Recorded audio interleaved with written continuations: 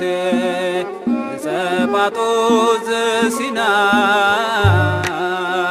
ጽላት ሙሴ ጸባጦስ ዘሲና ጸናጽል ጸናጽል ጸናጽል ጸናጽል ጸናጽል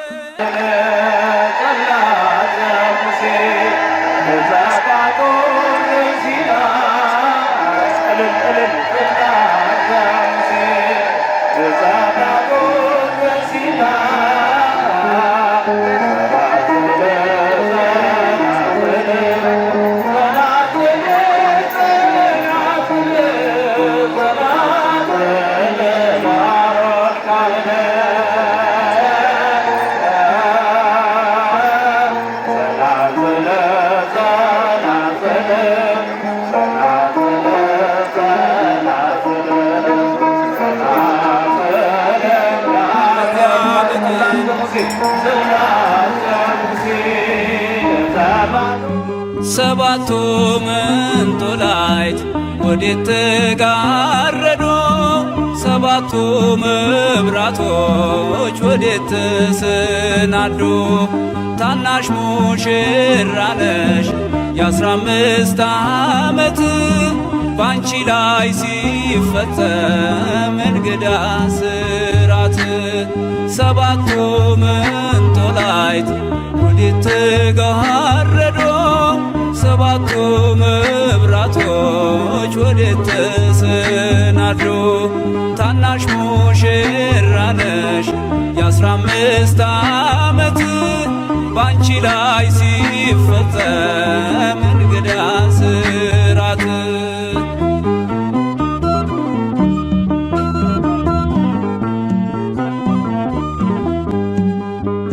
አንዴ እየታጠቀ አንዴም እየፈታ ገብርኤል ሲያበስርሽ በፍጹም ሰላምታ ይኩነኒ ብለሽ ስትቀበይው መለኮት እንዴት ነው የተዋሃደው? ይህን ባሰብ ቁጥር ልቤ ቀሲስ ሰሎሞን ዘነበ የአፍሪካ ደብረ ምሕረት ቅዱስ ሚካኤል ካቴድራል ዋና አስተዳዳሪ፣ ክቡር መጋቤ ሐዲስ ቆሞስ አባ ማቴዎስ የሸጎሌ ደብረ ምሕረት ቅድስት ኪዳነ ምሕረትና አርሴማ ቤተክርስቲያን አስተዳዳሪ፣ ክቡር መልአከ ብርሃን ቀሲስ አእምሮ የጎላ ጽርሐ ጽዮን ቤተክርስቲያን ዋና አስተዳዳሪ፣ ክቡራን የአድባራትና ገዳማት አስተዳዳሪዎች እንደየክብራችሁና እንደየማዕረጋችሁ፣ እንዲሁም ክቡር ወላዲ አእላፍ ርዕሰ ሊቃውንት የኔታ ናሁ ሰናይ ኃይለ ኢየሱስ በደብረ ብርሃን ርዕሰ ከተማ የአብነት ትምህርት ቤት ርዕሰ መምህር፣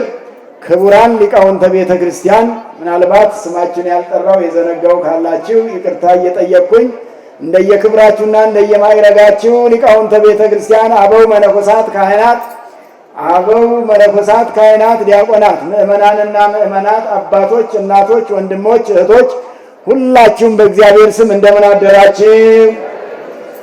እንደምን አረፈዳችሁ? ለዚች ሰዓትና ዕለት ያደረሰን ልዑለ ባሕሪ ቅዱሰ ባሕሪ ንጹሐ ባሕሪ ሕያወ ባሕሪ እግዚአብሔር አምላካችን ዛሬም ዘወትርም ስሙ የተመሰገነ ይሁን።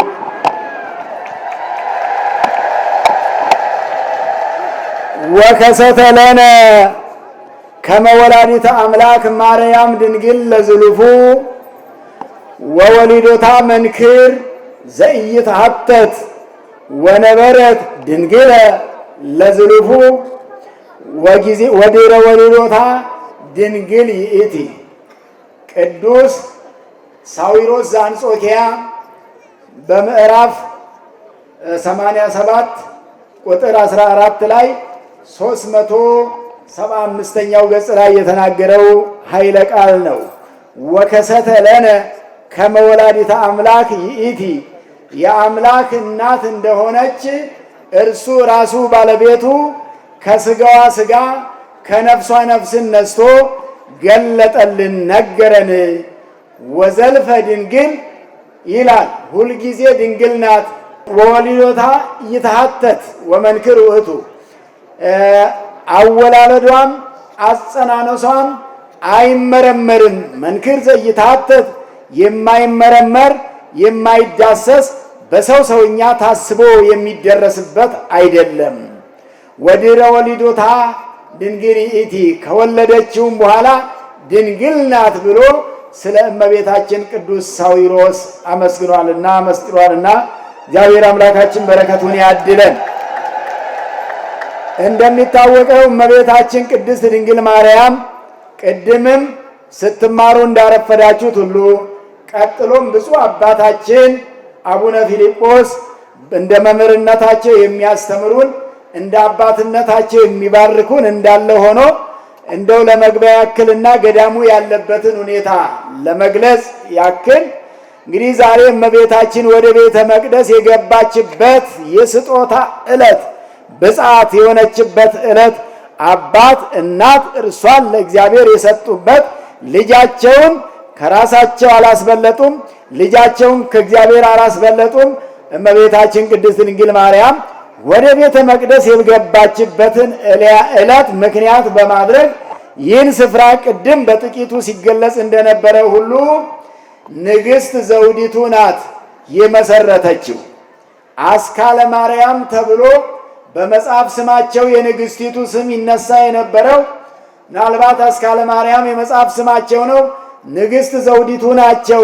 ይሄን በዓል ለመጀመሪያ ጊዜ በዓታ ለማርያም ንጉሡ ዕረፍታቸው ታኅሳስ 3 ቀን ስለነበረ በታኅሳስ 3 ቀን የሚውል በዓል ፈልጉልኝ ብለው ንግሥቲቱ የኢትዮጵያ ሊቃውንትን ሰብስበው ሲያማክሩ ሲጠይቁ ሊቃውንቱ ታኅሳስ 3 ቀንማ እመቤታችን ወደ ቤተ መቅደስ የገባችበት ዕለት ነው፣ የበዓታ ታቦት ነው መተከል ያለበት ብለው ንግሥቲቱን አማክረው በዚያ ምክንያት ይሄ ቤተ መቅደስ ተሰርቶ የመጀመሪያው ከፊት ለፊታችሁ የምታዩት ይሄ ኪዳነ ምሕረት ስዕል ቤት በስዕል ቤትነቱ አጼ ምኒልክ ታላቁ ንጉሥ እዚህ ውስጥ ይጸልዩ ነበረ። እንደ ዛሬ ቤተ መቅደስ ሳይሰራ በፊት የኪዳነ ምሕረት ስዕል ቤት ሆነው ነው ኢትዮጵያን ያስተዳድሩ የነበረው። በዚህ ስፍራ የነበረው ጸሎትና ምልጃ ነው። እሳቸውን ከብዙ ነገር ይደግፋቸው ይረዳቸው የነበረ እሳቸውን የረዳ አምላክ እኛንም ይርዳን። ክርስቲያኖች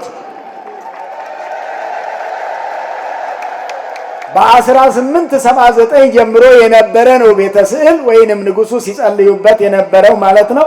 በኋላ ግን ልጃቸው ቤተ መቅደሱ በዓታ ተብሎ ተሰርቶ ለመጀመሪያ ጊዜ የተከበረውም ታኅሳስ 3 ቀን የዛሬን ቀን ስለነበረ ይሄ በዓል በዚህ ቤተ መቅደስ ከተከበረ ዛሬ ለ98ኛ ዓመት የተከበረበት ዕለት ነው።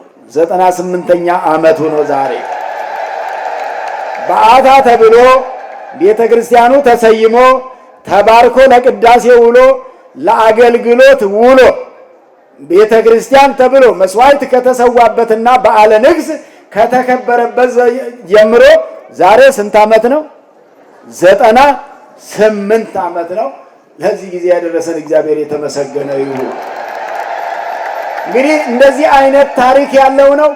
ሊቃውንቱን አማክረው ታቦቱን ካስተከሉ ካስገቡ በዓሉን ካስከበሩ በኋላ ንግሥት ዘውዲቱ ግን ምን እንደሚያስፈልግ ተረዱ። ለቤተ መቅደሱ አገልጋዮች፣ ዲያቆናት፣ ካህናት፣ ሊቃውንት፣ ደቀ መዛሙርት ማፍራት ተገቢ እንደሆነ ሲረዱና ሲያውቁ ትምህርት ቤት ወይንም አዳሪ ትምህርት ቤት በአሁን ሰዓት መንፈሳዊ ትምህርት ቤት የሚባለው ታዕካ ነገሥት በዓታ ለማርያም የሚባለው ቤተ ጉባኤ ማሳነጽ ፈልገው ቤተ ጉባኤውን አሳንጸው በ1925ኛው ቤተ መቅደሱ አገልግሎት ከሰጠ በኋላ ከ5 ዓመት በኋላ ደግሞ ቤተ ጉባኤው ተገንብቶ ትምህርት ቤቱ የዳግማዊ ምኒልክ መታሰቢያ ትምህርት ቤት ተብሎ ተመሰረተ። ትምህርት ቤቱ ከተመሰረተ ዛሬ 93 ዓመቱ ነው። እንግዲህ 93 ዓመት ያስከበረው ትምህርት ቤት በኮሪደር ልማት ምክንያት በመፍረሱና ከአስፋልቱ ላይ ወደ ውስጥ በመግባቱ የግንባታ ስራ አስፈልጎ ተገኝቷል። ምናልባት ሁልጊዜ እንደምንናገረው ኮሪደሩ ለዚህ ቤት ለቤተ ጉባኤው ትንሣኤ ሆኖ የመጣ ሊሆን ይችላል።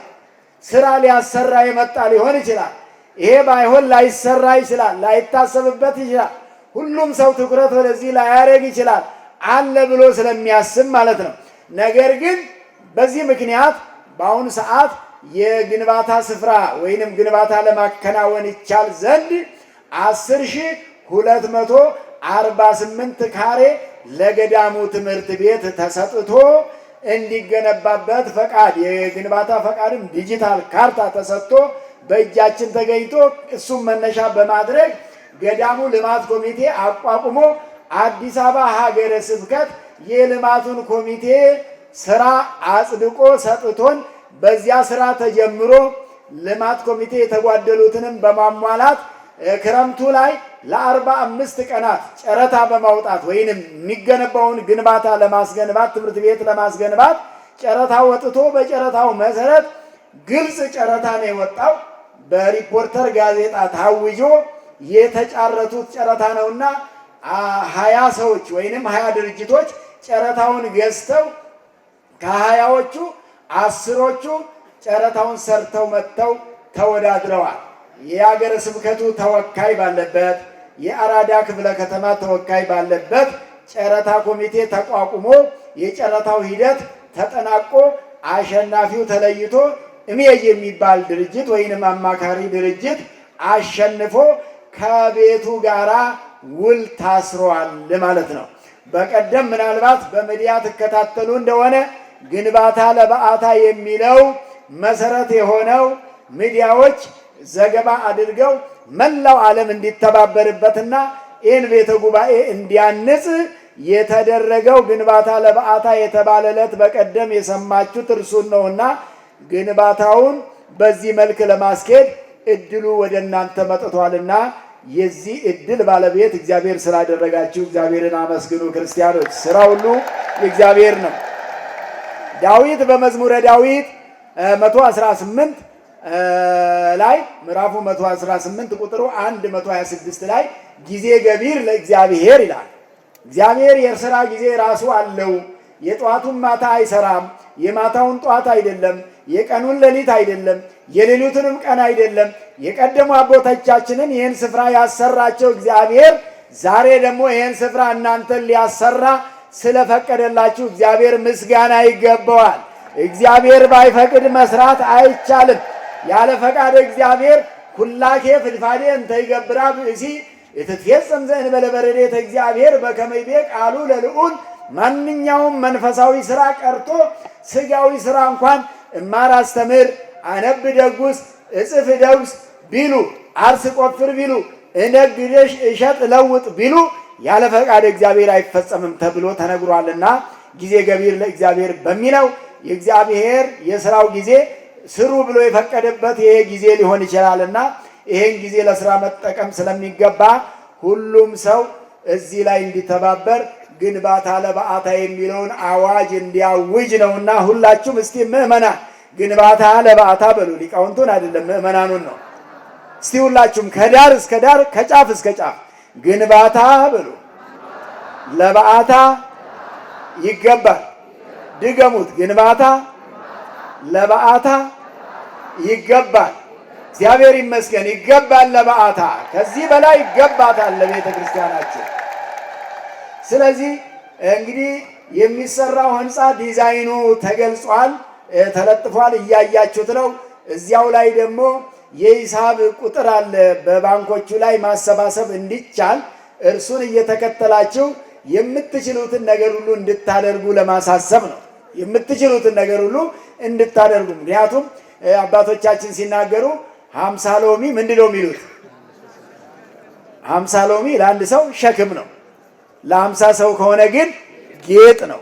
ስለዚህ ይሄ ሀገረ መንግስት የተገነባበት ስፍራ ከግብፅ አገር ሲኖዶስ ወደ ኢትዮጵያ የመጣበት ወኢይሲሙ ሊቀ እማእምራኒሆሙ ተብሎ የተጻፈው ጽሑፍ የተሻረበትና ከግብፅ ጳጳስ ማስመጣት ቀርቶ ኢትዮጵያ ከራሷ ጳጳስ እንድትሾም ያደረጉት አጼ ኃይለ ሥላሴ እዚህ ስፍራ በመከሩት ምክር ነውና ሲኖዶስ ያቋቋመ ቤተክርስቲያን ነው ይሄ ቤተክርስቲያን ማለት ነው።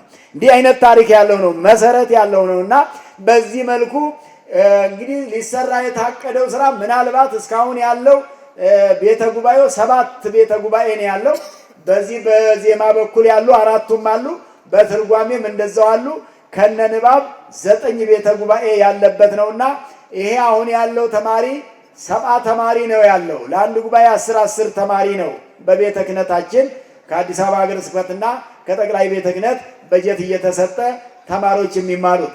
ነገር ግን በተመላላሽ የሚማሩ ብዛት ስላላቸው ብዙ ጊዜ ተማሪዎች ሲመረቁ የምታዩት እየተመላለሱ በራሳቸው ወጪ በራሳቸው ገቢ የሚማሩ ስላሉ ነው እንጂ በቤቱ ያለው ተማሪ ቅበላው አነስተኛ ከመሆኑ የተነሳ 70 ተማሪ ነው።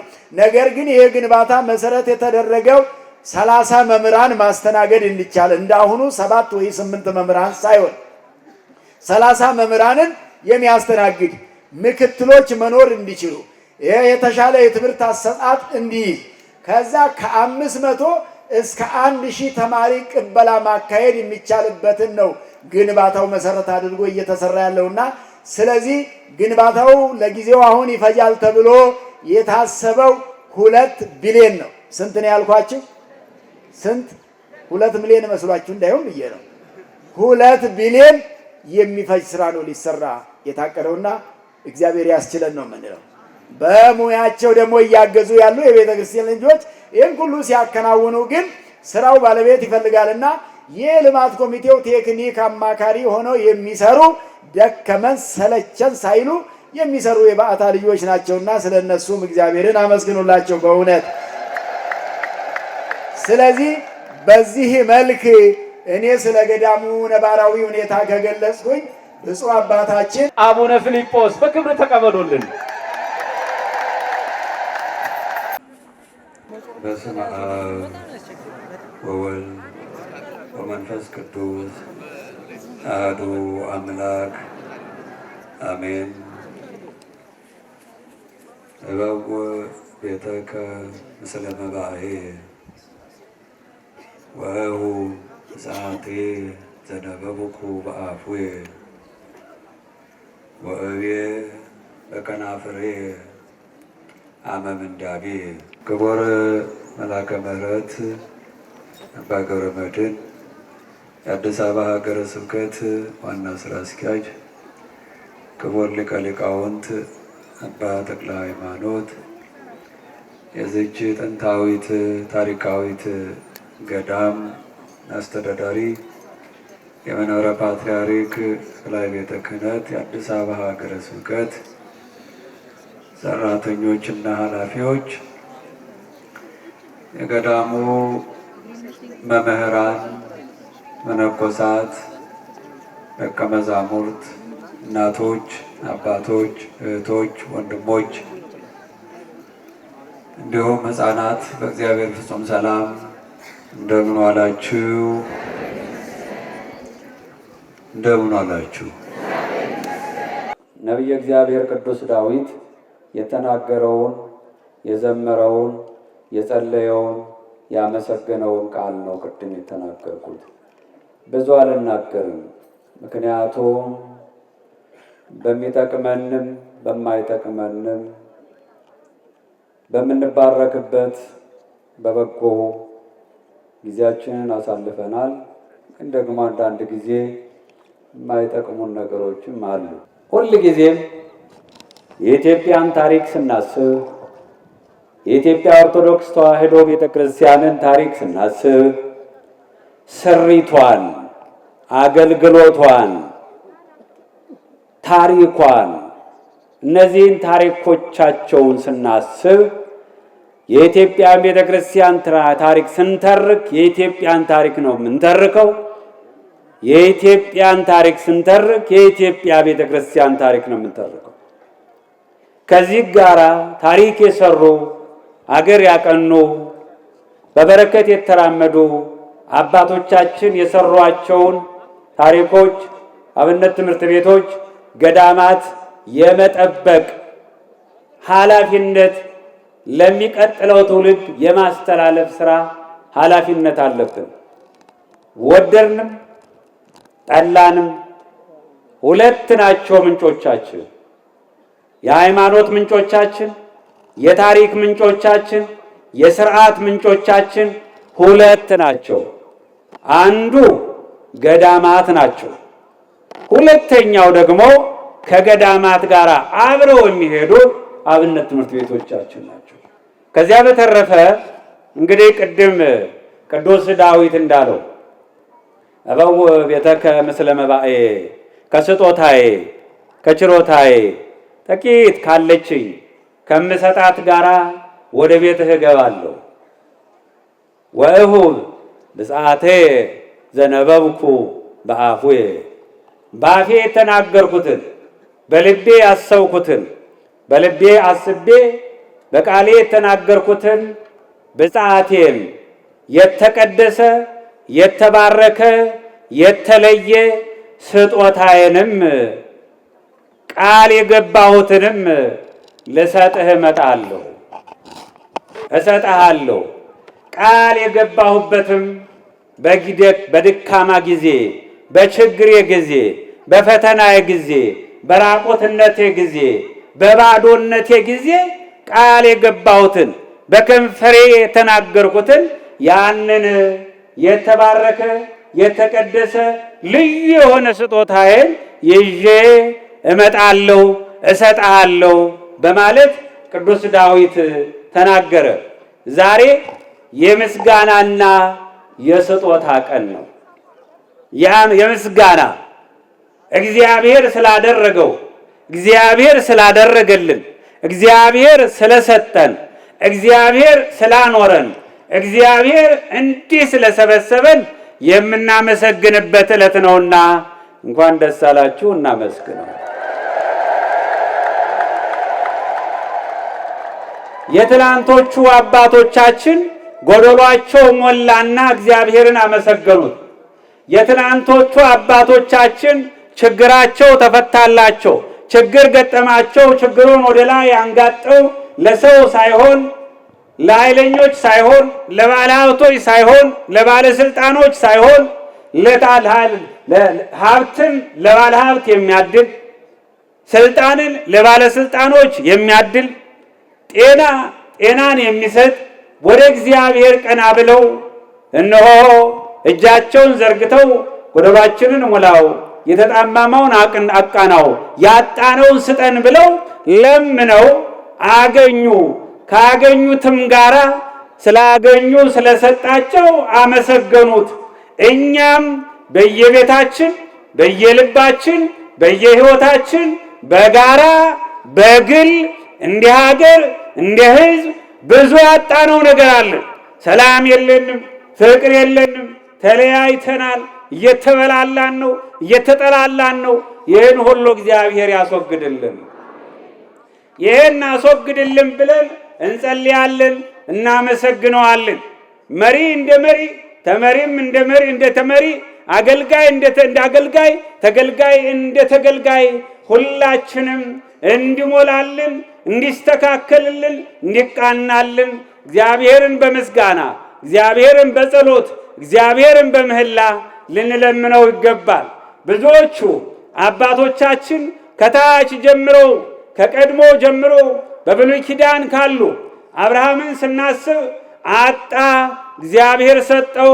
እግዚአብሔር የሰጠውን እንሆ እግዚአብሔር ያደለውን እግዚአብሔር የሰጠውን አንድያ ልጁን ለእግዚአብሔር የተወደደ መስዋዕት፣ የከበረ ስጦታ፣ የተለየ ስጦታ አድርጎ ወደ እግዚአብሔር አቀረበ። ይህንን አብነት ያደረጉ ቅዱሳን አባቶቻችን እንዲሁ ሲያደርጉ ነበረ። ሐና እመ ሳሙኤል እንደዚሁ አንድያ ልጇን ለእግዚአብሔር ሰጠች። ከዚያም በኋላ እነዚህ ስጦታዎች ጎደሎች ናቸው። እነዚህ ስጦታዎች ጥቂቶች ናቸው። ነገር ግን በኋላ ዘመን በኋላ ጊዜ እግዚአብሔር በፈጠረው እግዚአብሔር በሰራው ይመሰገን ዘንድ እግዚአብሔር ይመሰገን ዘንድ ግድ ነውና እርሱ በመጀመሪያው በሐሳቡ ያለች በፍጥረት ነበረችና ሐናና ቅዱስ ኢያቄምም እንዲሁ የማጣት ረሃብ የልጅ ረሃብ እጦት ከቧቸው ነበረ። እነሆ ሀብት ነበራቸው፣ ፍቅር ነበራቸው፣ ብዙ ነገር ነበራቸው። ሊቃውንት ተነግረዋቸዋል። ነገር ግን አንድ ነገር ጎሏቸው ነበረ። ምንድን ነበር የጎደላቸው? ምንድን ነው የጎደላቸው? ልጅ አጣችሁ። ልጅ እግዚአብሔር ያድላችሁ። እግዚአብሔር ልጅ የሰጣችሁ ደግሞ የተባረከ ያድርግላችሁ። አዎ ልጅ አጥተው እነሆ እርስ በርሳቸው ሰላም ሳያጡ ፍቅር አግኝተው በሰላም እየኖሩ የጎደለው ሙላ እያሉ ይጸልዩ ያመሰግኑ ነበረ። እግዚአብሔር ታዲያ ዓለምን የሚታረቅባት ዓለም ሰላም የሚያገኝባት የሰው ልጅ ሁሉ ከእስራት የሚፈታባት እነሆ ሰማይና ምድር የሚገናኙባት ሰውና እግዚአብሔር የሚታረቁባት የራቀውና የቀረበው ሩቁና ቅርቡ ትንሹና ትልቁ ረጅሙና አጭሩ የተገናኙባት የሚታየውና የማይታየው የሚዋሃዱባት አንዲት ሆና ተወልዳ ተፈጥራ ሺህ የሆነች ሚሊዮን የሆነች ለሚያምንም ለማያምንም ድህነት የሆነ ልጅ የምትወልድ ድንግል ማርያምን እግዚአብሔር ሰጣቸው። አዎ ታዲያ እነርሱ ከመሰጠታቸው በፊት እግዚአብሔርን ሲለምኑ ወደ እግዚአብሔር ሲሄዱ መባቸውን ይዘው ነበረ። የሚችሉትን ያህል በጥቂቱም ሊሆን ይችላል፣ በብዙም ሊሆን ይችላል። የሚችሉትን ያክል እየያዙ ይሄዱ ነበረ። እናም የዚያን ሰዓት ታዲያ ዛሬ ከጉልበታችን ፍሬ ከእጃችን ውጤት ከአእምሯችን ውጤት ከእጃችን ከምንወጣው ከጉልበታችን ውጤት እንሰጥሃለን፣ እየሰጠንህ ነው። ጉልበት፣ ሕይወት፣ ሀብት፣ ንብረት ሁሉ ያንተ ነው። ከዚህ ካፈራ ነው የምንሰጥህ። ነገ ግን ይህን ጎደሎ ከሞላ ልጅ ከሰጠህን ቤታችን በልጅ ከተባረከ ሕይወታችን በልጅ ከተባረከ መካንነታችን ከተባረከ በልጅ ከተባረከ ልጃችን ካንተ ናትና ወይ ካንተ ነውና ያንተን ላንተ መልሰን እንሰጣለን ብለው ቃል ገብተው ነበርና ለ3 ዓመት ያክል በቤታቸው ካሳደጓት በኋላ በ3 ዓመቷ ልጃቸውን ይዘው መጽዋዕትና መጽዋች ሰጭና አቅራቢና ተቀባይ ወዳለበት ወደ እግዚአብሔር ቤተ መቅደስ ይዘዋት ሄዱ። ወደዚያም ይዘው ሄደው በቤተ መቅደስ ለካህናቱ እኛ መባችን፣ እኛ ስጦታችን፣ እኛ ብፅዓታችን ልጃችን ናት እሱ ትልህ ብለው ለሊቀ ካህኑ አቀረቡ። መቀበሉንስ እንቀበል፣ እንዴት እናኖራታለን? ምን ትበላለች? ምን ትጠጣለች ነው አይደል? ልጆች ሲወለዱ ልጅ ስትወልዱ ቤተሰብ ስትመሰርቱ ምን እናደርጋለን? እንዴት እንኖራለን አይደለ? ማን ነው ግን የሚያኖረው? ማን ነው? የሚያስጨንቃችሁን ሁሉ በእርሱ ጣሉት ተብሏል። አዎ ብዙ የሚያስጨንቅን፣ ብዙ የከበበን፣ ብዙ የምንጨነቅበት፣ ብዙ የምንቸገርበት አለ። የችግራችን ሁሉ መፍትሄ ግን ማን ነው? እግዚአብሔር ነው። አዎ ስለዚህ ዓለም የተቸገረበትን መፍትሄ ያመጣ ዘንድ ድንግል ማርያምን ለቅዱስ ኢያቄምና ለቅድስት ሐና ሰጠ። ለእነርሱ ሰጠና የእርሱ አደረጋት። የሚገርም እኮ ነው። ለእናንተ ሰጥቶ እናንተ እምቢ ካላችሁ ነው እንጂ ለእናንተ ብዙ ተሰጥቷችሁ ጥቂት መስጠት ካቃታችሁ ያለን ብዙ ነገር ይወሰድብናል። ባለሀብቶች፣ ባለስልጣኖች እንደዚሁም ደግሞ ብዙ ሀብትና እውቀት ያላችሁ እግዚአብሔር ሰጥቷችሁ ከእግዚአብሔር ጋራ የምትታገሉ ከሆነ ያን ጊዜ ነው ድህነቱ የሚበረታው። ያን ጊዜ ነው ማጣቱ የሚሰፋው። ያን ጊዜ ነው የማጣት ጅብ የሚበላን። እሱን እንጠንቀቅ። ብዙ ተሰጥቷችኋል። ብዙ ተሰጥቷችሁ ጥቂት መስጠት፣ ጥቂት መራራት፣ ጥቂት በጎ መሆን፣ ጥቂት መልካም ማድረግ በእግዚአብሔር ዘንድ ማትረፊያ ነው። ስለዚህ የተሰጣቸውን እነሆ ሰጥተን ነበረ፣ ያንተን ላንተ ብለው ወደ ቤተ መቅደስ አምጥተው ሰጧት። በቤተ መቅደስም ካህናቱ እየተጨነቁ እየጸለዩ እንዴት እናረጋለን ሲሉ በጭንቀታቸው መካከል እግዚአብሔር መልአኩን ላከና እነሆ መልአኩ ከላይ ክንፉን እያማታ መጥቶ በኢያቄምና በቅድስት ሐና በዚያ ካህናታቸው ከልጃቸው በላይ ያንዣብብ ጀመረ። ግን ወደታች አልወረደም። እነሆ እግዚአብሔር ምሕረቱን ሲያመጣ፣ እግዚአብሔር ምሕረቱን ሲልክ፣ ለምሕረት ያዘጋጃቸው መላእክት ሲልክ ለምሕረት ብቁ መሆን በጣም ተገቢ ነው። አለበለዚያ ግን ከባድ ነው የሚሆነው። እናም መልአኩ በረበበበት ሰዓት ምንም መውረድ አልቻለም። እስቲ ተዋትና እናንተ ወደዚህ ጠጋ በሉ ተባሉ። ጠጋ ሲሉ እነሆ አንዱን ክንፉን በአንዱ ክንፉ ታቅፎ በአንዱ ክንፉ ጋርዶ ምግብ መግቧት፣ ሰማያዊ ምግብ ተመገበች፣ ሰማያዊ መጠጥ አጠጣት። ስለዚህ እነሆ ድንግል ሆይ ሰማያዊ ምድራዊ ምግብ አልበላሽም፣ ድንግል ሆይ እነሆ ሰማያዊ ምድራዊ መጠጥ አልጠጣሽም፣ እንዲያውም እግዚአብሔር በሰማይ እያዘጋጀው መላእክት ያመጡትን ሰማያዊ ምግብና ሰማያዊ መጠጥ ጠጣሽ እንጂ።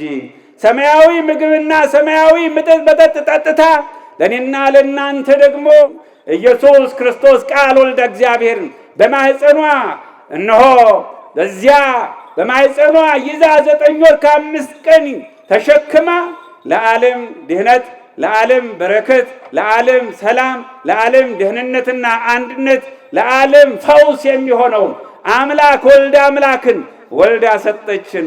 ሰማያዊ ህብስት በልታ ሰማያዊ አምላክን በማኅፀኗ ተሸከመችው። አዎ፣ ስለዚህ እንዲህ አይነት ስጦታዎች፣ እንዲህ አይነት ብፅዓት፣ እንዲህ አይነት ልዩ ስጦታ እነሆ እግዚአብሔር ፈልጎታል። እግዚአብሔርም ደግሞ ስጦታቸውን ተቀብሎ ቀድሞ ሰጥቷቸው በኋላ ተቀበላቸው። ተቀብሎ ደግሞ ለእናትና ለአባቷ ብቻ ሳይሆን ለዓለም ሁሉ በረከት የሆነች እናት፣ ለዓለም ሁሉ በረከት የሆነች ልጅ፣ ለዓለም ሁሉ በረከት የሆነች ወላዲተ አምላክ፣ ወላዲተ አምላክ እነሆ ቤዛዊተ ኩሉ፣ ቤዛዊተ ዓለም፣ ለዓለም ሁሉ ቤዛ፣ ለዓለም መጠለያ፣ ለዓለም መጠጊያ፣ ለእኔና ለእናንተ እንባ ማበሻ፣ የአዳም ተስፋ፣ የብዙዎች የነቢያት ትንቢት፣ የአበው ምሳሌ ፍጻሜ ሆነችና ወደ ቤተ መቅደስ ገብታ በብሉይ ኪዳኑ ቤተ መቅደስ ገብታ በዚያ ስታገለግል፣ በዚያ ስትኖር እውነተኛው ሰማያዊት መቅደስ ሆና ወጣች። የአዲስ ኪዳን መቅደስም እርሷ ራሷ ሆና ተገኘች። እንኳን ደስ አለን። የአባቶቻችን አምላክ እግዚአብሔር ቀድሞ ለነቢያት ላበው ለነዚያ ለደጋጎቹ ለቅዱሳኑ በርቀትም ማምላክ ድንግል ማርያምን ያሳያቸው ነበረ። ከነዚያ መካከል አባቷ ዳዊት ልጄ ሆይ ስሚኝ፣ ልምከርሽ፣ የአባትሽን ቤት ተይው፣ ዘመዶችሽንም ትተሻቸው ወደ እግዚአብሔር ሂጂ። አንቺ ወደ እግዚአብሔር ቤተ መቅደስ፣ አንቺ ወደ እግዚአብሔር ስትሰጪ ያን ጊዜ ከስራታችን እንፈታለን፣ ከወደቅንበት እንነሳለን፣ ከቆሸሽንበት እንነጻለን። እነሆ ከሞትንበት ትንሣኤያችን ይመጣል። ትንሣኤያችንን በሆድሽ ትሸከሚያለሽ። ከስጋሽ ስጋ ከደምሽም ደም ወስዶ ፍጹም ተዋህዶ ዓለምን የሚያድነው ካንቺ ነው የሚመጣው። ፈኑ እደከ ማርያም ፈኑ ብርሃነከ ወጸድቀከ እያለ የተናገረው ዳዊት አለ ምክንያት አልነበረም። ከሷ አብራክ የምትወጣው ወደ ቤተ መቅደስ ገብታ ራሷ ቤተ መቅደስ እውነተኛይቱ ቤተ መቅደስ ሆና የምትወጣውና ለዘላለም ቤተ መቅደሳችን ለዘላለም የእግዚአብሔር ማደሪያ ሆና እኛንም የእግዚአብሔር ማደሪያዎች እንድታረግ የተመረጠችው ድንግል ማርያም ልጆች ስለሆነን እንኳን ደስ አላችሁ፣ እንኳን ደስ አለን። አሜን። አቤቱ ቅዱስ አምላካችን ሆይ እናመሰግንሃለን። ምሕረትህ ቸርነትህ አይለየን። የቅድስና ሥራ ሰርተን እመቤታችን በረከት እንድትባርከን እንለምንሃለን። አምላክ ሆይ ወላዲተ አምላክ አማላጅነት በቅዱሳን ጸሎት ሀገራችንን ከጥፋት ሕዝቧን ከስደት ሰውርልን። በሥጋም በነፍስም በመንፈስም ሀገር የሚመሩ ሕዝብ የሚያስተዳድሩ መሪዎችን ልቦናውን ማስተዋሉን ጥበቡን አድላቸው። በመከራ በጭንቀት በሕማም በስሜት በረሃብ በችግር ያሉ ወገኖቻችን አንተ በቸርነትህ ጎብኛቸው። ጥቅሙን ስጠን፣ ፍቅርንም አድለን። አቡነ ዘበሰማያት